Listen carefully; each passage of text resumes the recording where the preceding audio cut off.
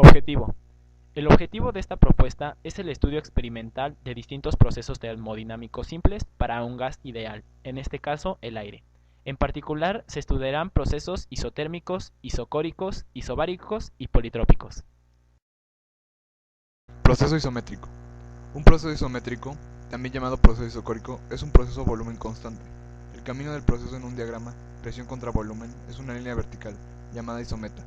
No se efectúa trabajo, porque el área bajo una curva así es cero.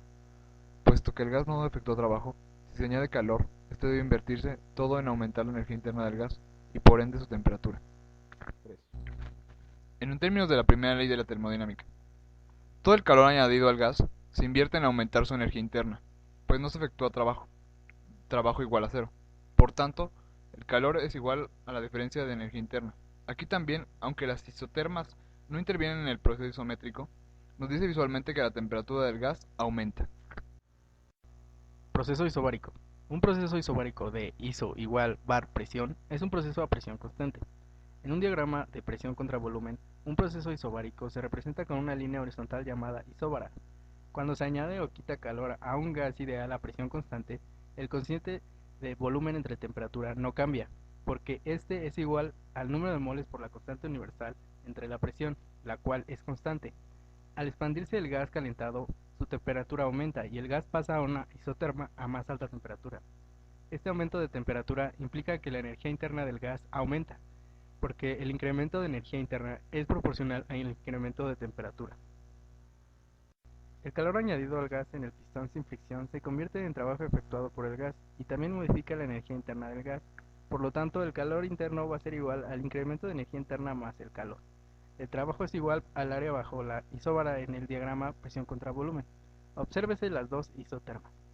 No forman parte del proceso isobárico, pero nos ayudan a ver que la temperatura aumenta durante la expansión isobárica.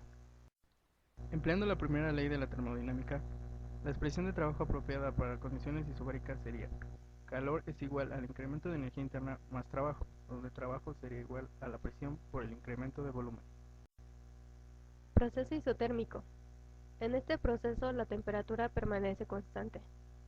Tomando la ecuación del gas ideal y teniendo en cuenta que la masa y la constante particular del gas no cambian, la presión es inversamente proporcional al volumen.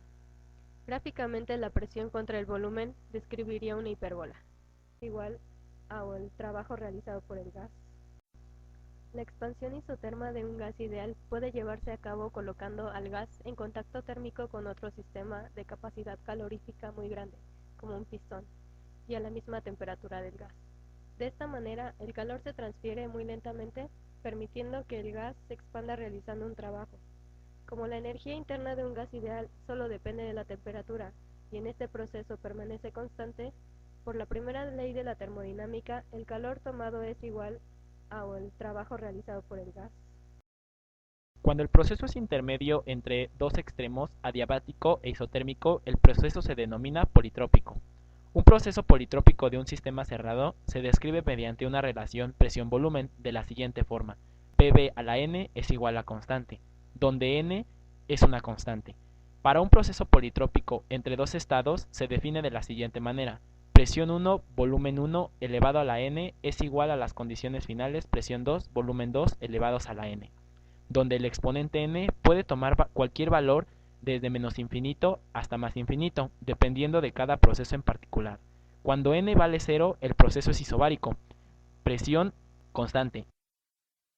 Cuando n es igual a más menos infinito, el proceso es isocórico, proceso a volumen constante. En la gráfica se da la representación de un proceso politrópico típico con índice de politropía n entre el correspondiente al isotérmico y al adiabático.